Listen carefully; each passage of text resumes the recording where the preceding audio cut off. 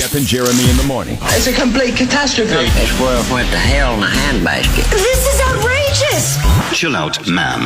On 93.3 KZOC. How pathetic can some people be? And here's one thing. I'm trying to stop this, man. Can we stop taking pictures? Can people stop taking pictures of their food before they eat it? All right? And then posting it.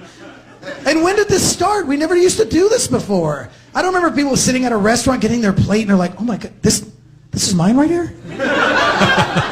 This for me? I get to eat this?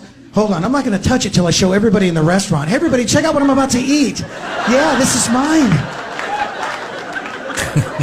I know they didn't do it old school style. Nobody used to come to our house, you know. Oh my God, we had the most fantastic dinner, man. Oh, you should have seen it. Oh, you know what? I took a Polaroid. Here, pass that around.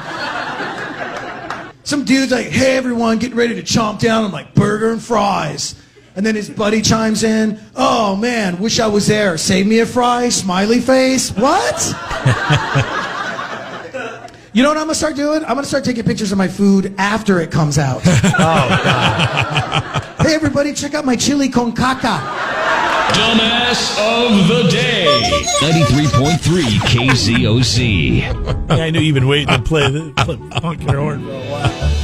I found a... Is that from a bicycle? Yeah, it's a bicycle horn, and I found it in one of the file cabinets around here. It's just been sitting here, and I wanted to mount it, and I've discovered that there was a Velcro cord tie down around Jeremy's microphone stand, and it's within arm reach of me, so I can... Right at my face, thank you. Right in Jeremy's face. Right in my ear. Yeah, you know, the whole Yelp thing is what that makes me think of. Is interesting to me, you know, like I'll Yelp places because I want to see menus. I won't read the reviews because the people that do the reviews, you can't trust them. I mean, they really think they're something else. Well, and Yelp has given them like certain status, so it kind of affects their honest review process because they want to stay in good standing with Yelp, and Yelp needs to stay in good standing with the listings because the listings pay Yelp for a certain amount of advertising, and that's how Yelp makes their money. So it's a very corrupt process, kind of like politics. Right. And then there's other ways it could be corrupt, like, you know, your stepdad owns a restaurant and he's a jerk, so you go on Yelp and you dog him under alias names. And then he gets pissed off, threatens to kill you, gets home that night and beats your ass. Then you get arrested by the cops because your stepson left a bad review on Yelp. So apparently Yelp is a pretty big deal. Go through all this again. Oh, what I'm was going the chain of events? So, this guy, what's his name? Oh my gosh, Daniel. He's 60 years old. He's actually not the kid's stepdad, but they live together because Daniel's dating this kid's mom. And he's not a kid either. He's 25 years old. And apparently they didn't get along. And I'm trying to find his name, but I don't see it. But anyways, it's not important. He went on, this boy went on, didn't like his mom's boyfriend, who had Georgie Boy's barbecue restaurant in Aarons, Georgia, or something like that. So he went on as a couple of different reviewers and left things that said, wouldn't even feed this crap to my dog. The owner should spend more time learning how to cook than threatening customers. Well, apparently he didn't take that advice, because then he started calling the boy and started threatening to kick his ass. Then when he got home that night from work all day, after dealing with this horrible review this kid left on his Yelp for his restaurant, took him out in the front yard, beat his ass. He was then arrested. He was arrested and charged with battery. He was booked in the county jail, released on $500 bond. It is a misdemeanor charge, so I don't know. Can you get a felony charge for beating somebody's ass? I mean, I guess maybe if you hurt him real bad. Yeah, if you hurt him bad enough. So, but he's a barbecue guy, so maybe he had slippery, sticky fingers or something, and he couldn't quite land the punch he wanted to. Everything was a glancing blow. Cops found out that this guy, Daniel, he threatened the kid on text messages, left voicemails. All because the kid got mad. I could see you doing this. I don't know if you loved all your stepdads. If you had one other. Yeah, I hated him. You didn't like John. I hated him. And so, I could see you going on if he had a restaurant and leaving some bad reviews. It's pretty funny. That guy, he would chew his carrots with his mouth open. Cooked or raw? Raw. Ugh.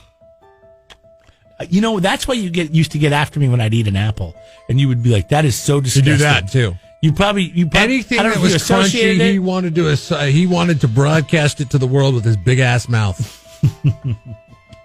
So yes, I would have left a review, but he unfortunately was an engineer at Boeing, so that was can't leave a review for that. Oh, he was a good stepdad too, engineer at Boeing. Probably a good guy to have around, bringing in the paycheck. Yeah, but he was losing. Well, he didn't last, right? Yeah, he didn't stick around. So you won that one. Congratulations to Daniel of Georgie Boy's Barbecue Restaurant. Beating up your soon-to-be stepson. I don't know, maybe not anymore. Because he got mad at you and decided to leave a bad Yelp review. You are Jeff and Jeremy's Dumbass of the Day. 93.3 KZOZ. Don't be a dummy when it comes to your landscape supplies. Go to Peterson U-Cart on Gusta Road, just north of Quickie Car Wash in Atascadero. We load, you cart, you save.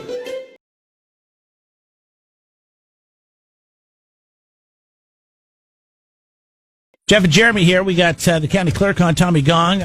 We're talking about the election again, but today it's important to get the vote out. But isn't that what they used to say, Tommy, is get the vote out?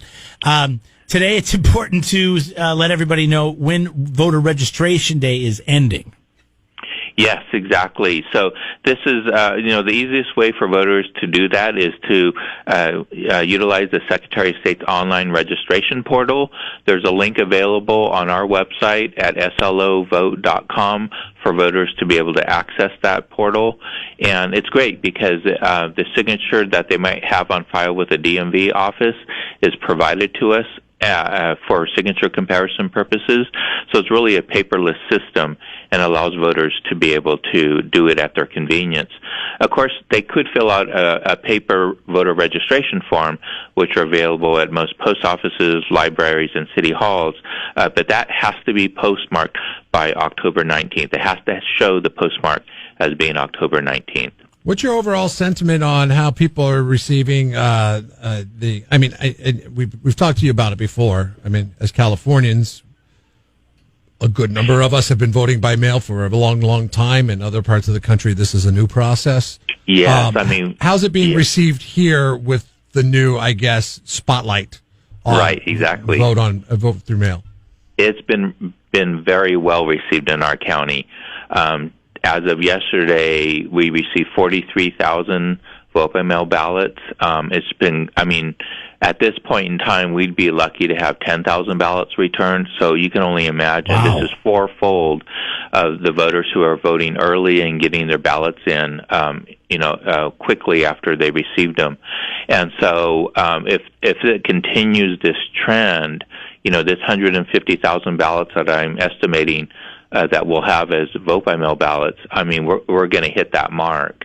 And that will be, estimating that 95% of those who vote will do it by mail.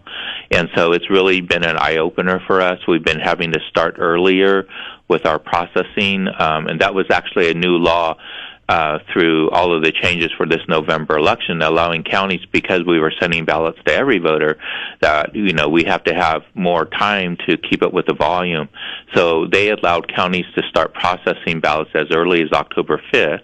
Now we're a little later than that, but, with this volume that we received, we can actually not only signature check them, but to begin opening those ballots, preparing them for counting, and actually counting them. So we're starting today by actually putting them through the tabulation system. And of course, we don't know what the outcomes are. We don't press the tabulation report until 8 p.m. election night. Okay. But for us just to be able to keep up with the volume, we've been given the go-ahead to begin processing earlier. I wonder what this is going to be like, because in the past, the news coverage for election night has always really depended on straw polling. Asking people when they leave the facility, who did you vote for, and then they would get an idea of who was going to win the election early. But once you hit that tabulation button, you guys are going to have massive numbers. Yes. That will probably streamline who the results, right? Who has won these elections within a few hours, right?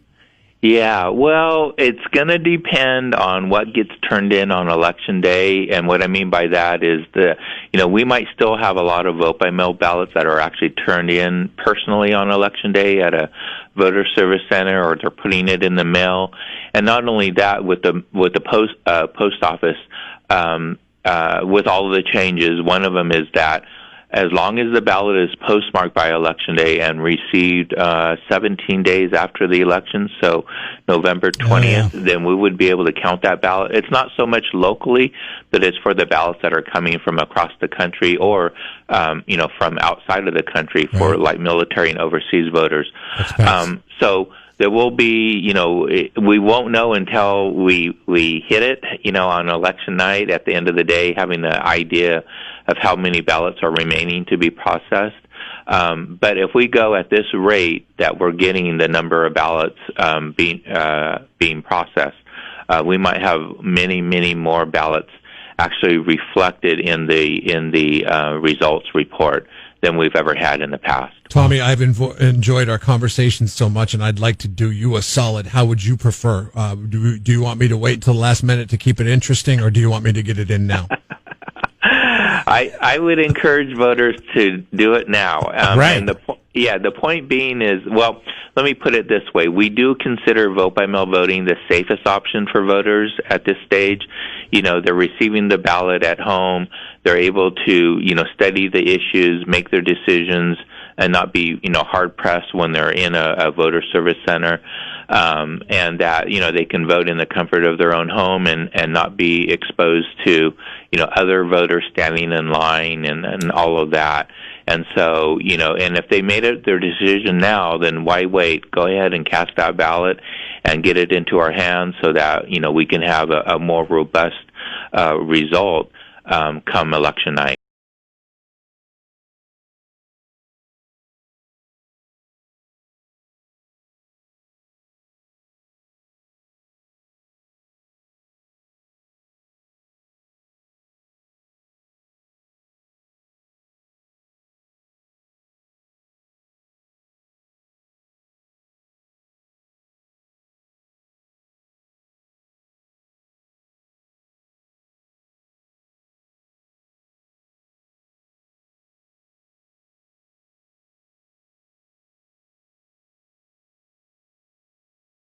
What was great is I was able, this is my year to renew my driver's license. And as I was doing that on my phone, by the way, to do my renew, I could do my voter registration right there as well. So, there's lots of easy ways to get registered to vote.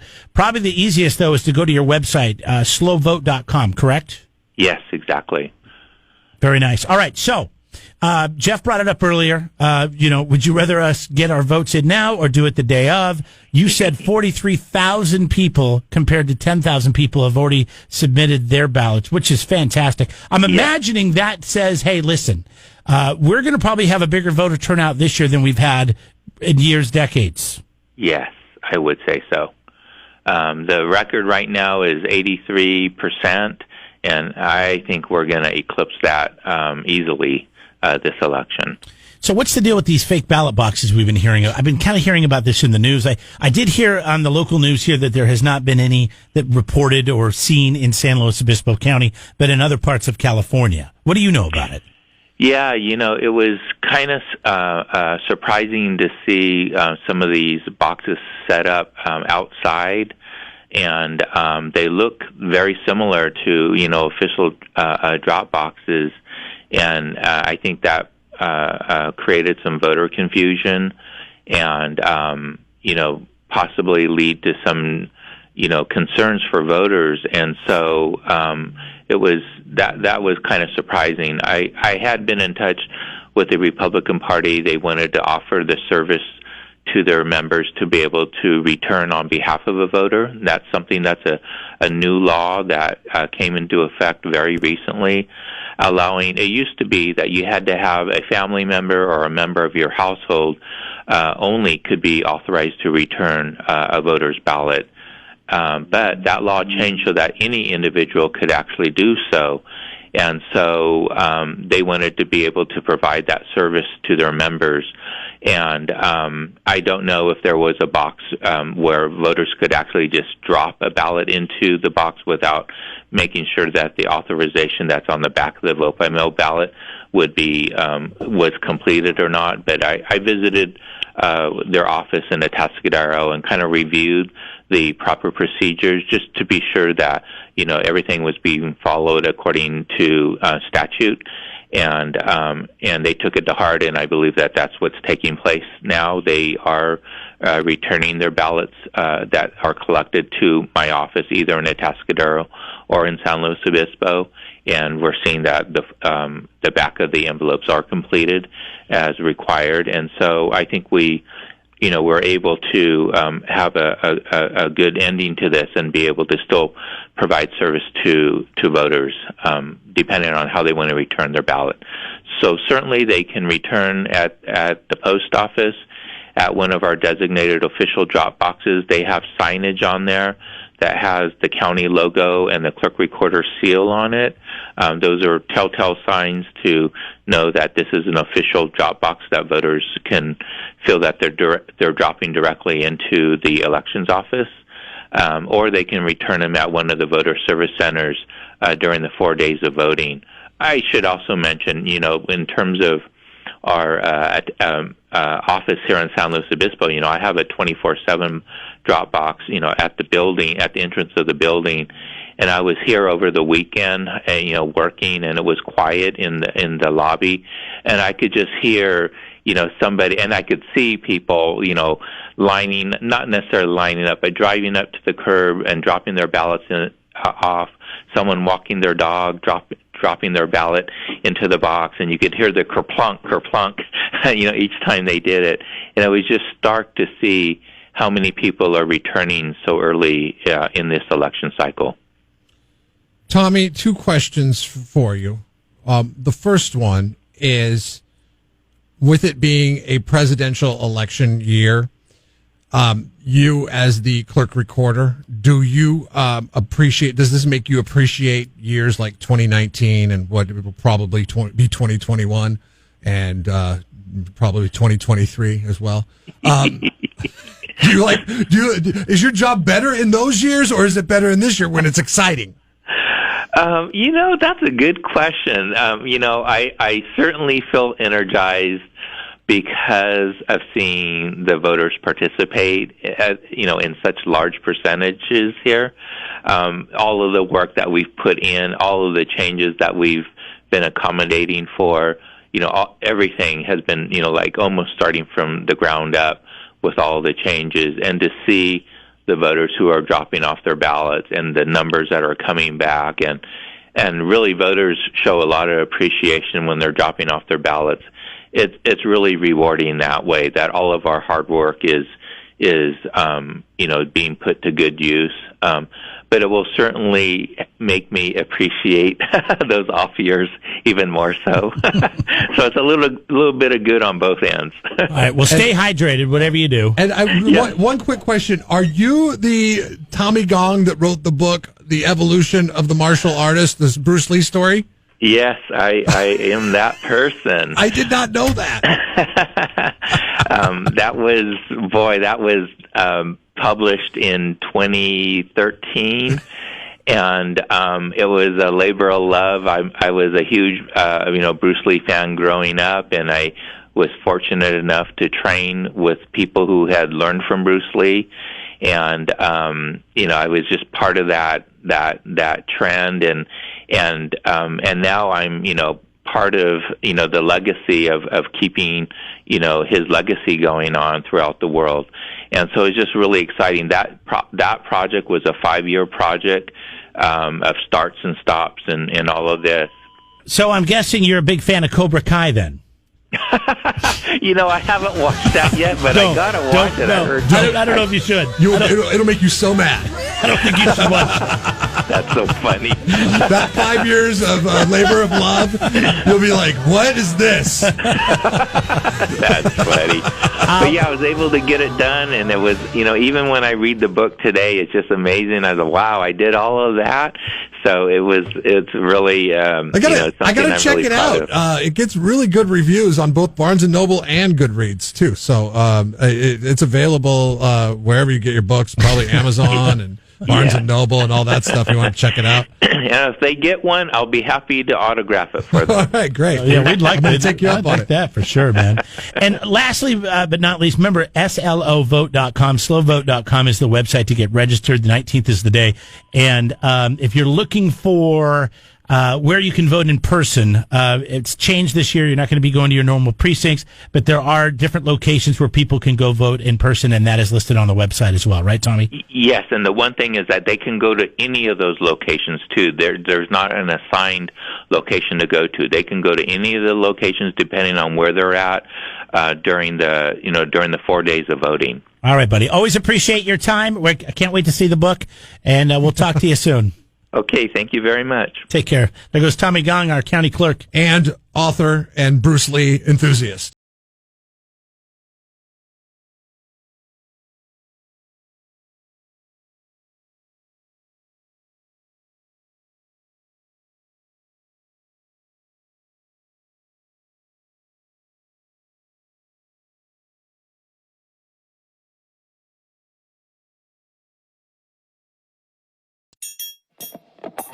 Subscribe to the Jeff and Jeremy podcast now on Apple Podcasts, Spotify, Google, and YouTube. It's your Central Coast commute-friendly podcast.